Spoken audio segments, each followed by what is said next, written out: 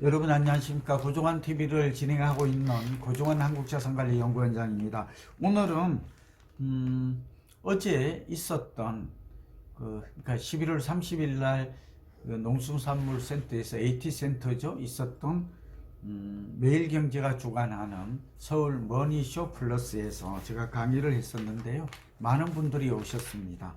그래서 제가 강의했던 내용을 좀 정리해서 공유하도록 그렇게 하겠습니다. 이렇게 오늘 보니까 매일경제 금요일 신문에 10,000명이 왔다 이렇게 일면에 기사가 실렸고요. 제가 했던 말도 나왔는데 세 가지였습니다. 하나는 첫째는 부동산 경기가 내년까지는 좀 조정기에 놓일 거다라는 점을 제가 강조했고요. 그렇게 보는 이유는 2021년 10월에 고점을 찍었던 주택 경기가 지금 2년째 내리고 있는데 집값이 5, 6년 상승하면 4, 5년 하락하는 주택경기 우리나라 10년 사이클에 따르면 적어도 2021, 2022, 2023, 2024 내년까지는 하락하는 게 좀 정상이다. 그러니까 하락 조정기인데 하락기 그렇게 말할 수도 있고 지금은 하락 조정기라고 말할 수 있는데 그래서 집값이 오르기보다는 좀 내리는 그런 시기가 적어도 내년까지 올 수 있다라는 점을 설명을 드렸고요.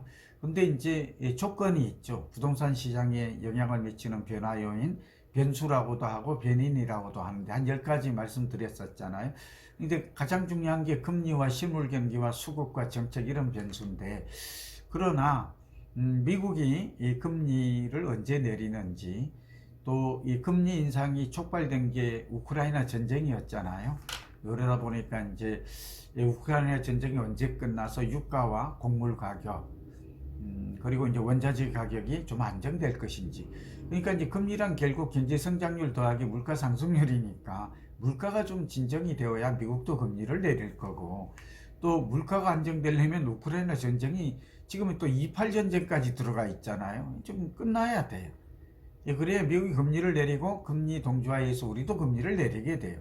금리를 내리면 그 다음에 자산시장이 채권시장이 가장 먼저 변화가 오고 두 번째가 주식시장, 세 번째가 주택시장이다. 이런 그 자산시장의 우리가 작동 원리에 대해서는 알고 계시죠? 고종환 TV를 보시는 분들은 이 정도까지는 이것도 모르는 얼치기가 참 많다고 그랬잖아요. 그래서 오늘 또 그렇고 앞으로 부동산 어떻게 됩니까? 그러면 10년 주기설에 따라서 빠르면 내년 하반기, 만약 내년 초에 미국이 금리를 내리면 부동산 경기도 하반기부터 달라질 수가 있어요. 좀 후행하는. 요즘 주식시장이 그래도 좋은 이유가 미국이 금리 상승을 멈췄고 이제 또 금리가 더 오르기보다는 앞으로 금리가 내릴 것이다. 이런 기대감이 있고 실제로 또 채권시장이 보면 미국 채권이 5.5까지 갔던 게 보니까 최근에 보니까 4.3 정도로 우리가 3.7이거든요. 그러니까 채권금리가 이제 3%대로 낮아지면 사실은 정상이 된 것이죠. 그렇게 되면 유동성이 많아지고 이 유동성이 안전자산인 부동산으로 그러니까 맨 처음에는 채권 10년물이죠. 두 번째는 주식시장, 세 번째는 주택시장 그리고 이제 주택을 비롯해서 부동산 오피스 시장이라든지 상가시장 또 주택시장으로까지 좀 확산된다. 이게 시장의 작동 원리의 큰 틀이다 하는 점을 좀 말씀. 어렵지 않죠? 이렇게. 그럼 두 번째가 이제 어느 지역에 관심을 가질 것인가 하는 것인데 지금은 강남보다는 한 세 가지가 있잖아요. 네 가지죠. 우리가 성장 지역에 투자하라. 가투비란 말 많이 썼잖아요. 가성비. 그러니까 가격 대비 성능이 좋은 거 하듯이 가격 대비 투자 가치가 높은 거 그게 어디일까요? 지금은 이미 집값이 많이 오른 서울보다는 수도권 특히 반도체 클러스터 오늘 저의 매일경제 고종환의 살찌팔찌 칼럼을 보시면 이제 저는 이번 주에는 그러니까 김포, 구리 그 다음에 고양 또 남양주 이 네 곳에 대해 썼거든요. 그러니까 여러분 한번 기사 네이버에다가 고종환 검색해서 오늘 금요일자 12월 1일자 칼럼 나온 거 한번 꼭 읽어주세요. 그 성장 이론이 잘 설명되어 있어요. 그거 외에 설명할 방법이 학술적으로는 없어요. 학술적 이론에, 그러니까 이론체계, 지식체계로 설명하는 게 바로 과학적 분석법이잖아요. 제가 그걸 하잖아요. 그 네 가지. 인구 증가하는 거, 소득 증가하는 거. 소득 증가는 일자리와 관련이 있죠. 그러니까 일자리란 말보다는 소득 증가라는 말이 훨씬 더 학술적이고 이론에 가까워요. 예, 그 다음에 이제 당연히 일자리가 늘어나면 소득이 증가하겠죠. 실업자보다도. 네, 예, 그러니까 그건 정확한 표현은 소득 증가예요. 네, 그렇게 우리가 이해를 하는 게 좋습니다. 세 번째는 인프라 증가죠. 인프라가 뭐예요? 교육 인프라, 교통 인프라, 그 다음에 상업 인프라, 그 다음에 산업 인프라, 이 좋아지는 곳.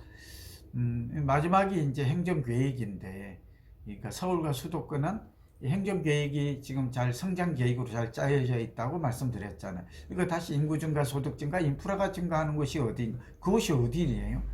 그게 이제 수도권은 저는 용화평.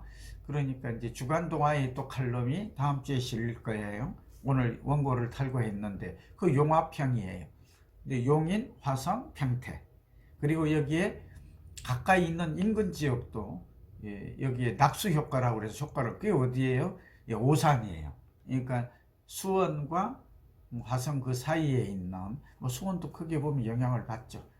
그 용인, 용화평, 용인, 화성, 평택 지구가 핵심 입지가 돼, 중심지가.